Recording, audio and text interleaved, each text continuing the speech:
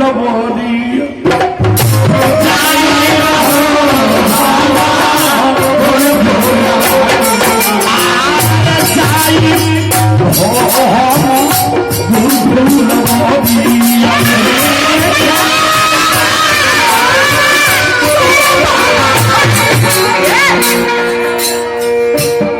चले हमारे भैया के तरफ से 51 रुपया पुरस्कार भाई बाबू 51 को भेजा जाता है घरी लॉकडाउन की बात नहीं बाबू बुझा कि 51,000 लॉकडाउन का कितना लेकर निमन निमन ले रहे हैं ना जी हाँ जी अरे जाई हरी फूल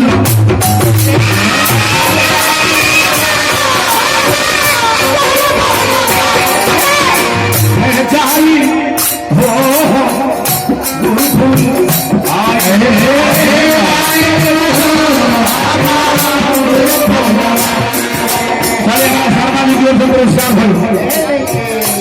गुरु लेके बाबू जी मार्गदर्शन अच्छा करावे जो आधारित हो उजाला में लेके आवे के गुरु कहा जाला जो बढ़िया राह दिखावे।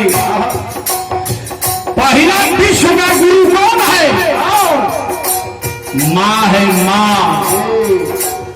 पहला गुरु माई होली, दूसर का बाबूजी होले, तीसर का शिक्षा गुरु होले, और चौथा में परम गुरु होले जे कान महे तत्व के ज्ञान करा दिला बाबू। गुरु मोहनिया में चंदन बिरिया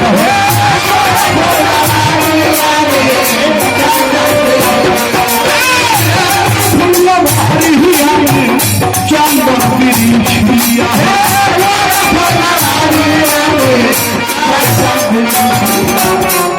ओ गुरु की फुलवारी में चंदन के वृक्ष लगा,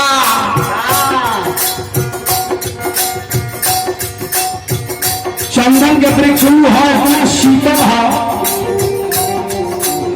बिछैला बिछैला सांप जाकर लपटा जाले सो आउ शीतलता ले ले सो तो का हो सत्संग हो।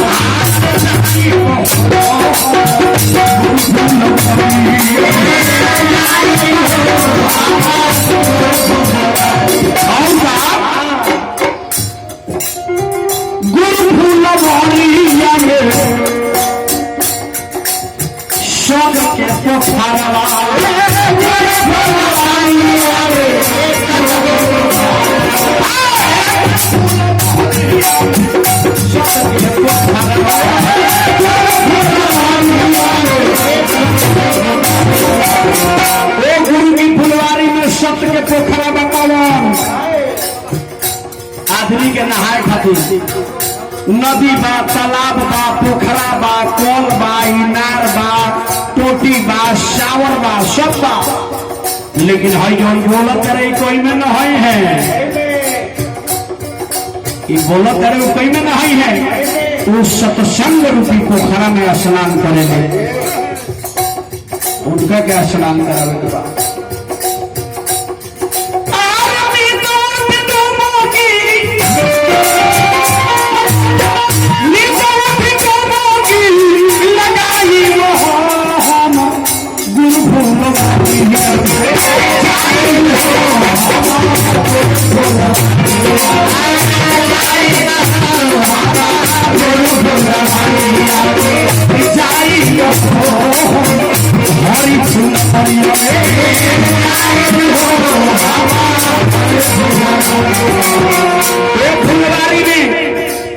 ज्ञान देवे वाला बा गुरु फूलवारिया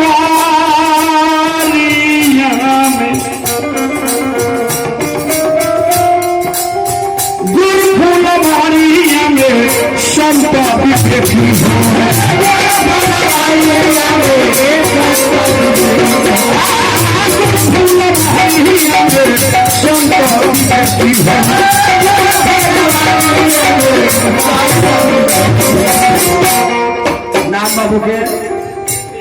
चलिए है नरेंद्र बाल का शिवजी जी की तरफ से 100 रुपया पुरस्कार भाई। नाम बाबू अनमोल बाबू की तरफ से 100 रुपया पुरस्कार भाई। नाम बाबू चलिए नंदी मुनि बाल का अमृता जी की तरफ से 100 रुपया पुरस्कार होगा। चरण में पुरस्कार होगा जब चरण में बाबू जे झाला तो बुद्धिमान बनेला विवेकवान बनेला केकरा नहीं छो अम्बेडकर जी के जैसा बुद्धिमान बनेला ज्ञानवान बनेला गुरु का देन है।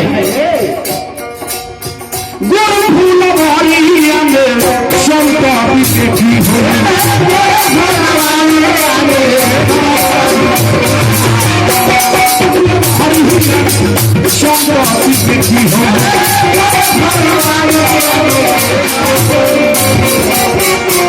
फुलवारी में संत विवेकी है वो हम मार्गदर्शन कराते हैं, अच्छा मार्गदर्शन कराते हैं।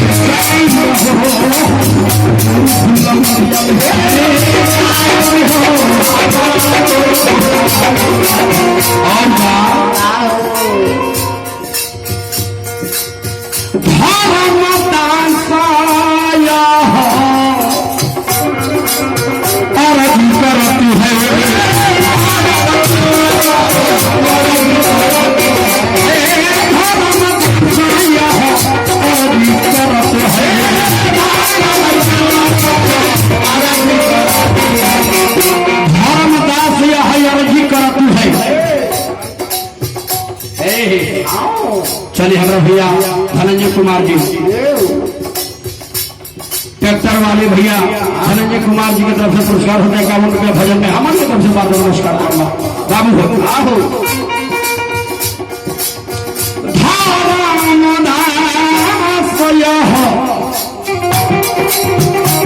और जी करत है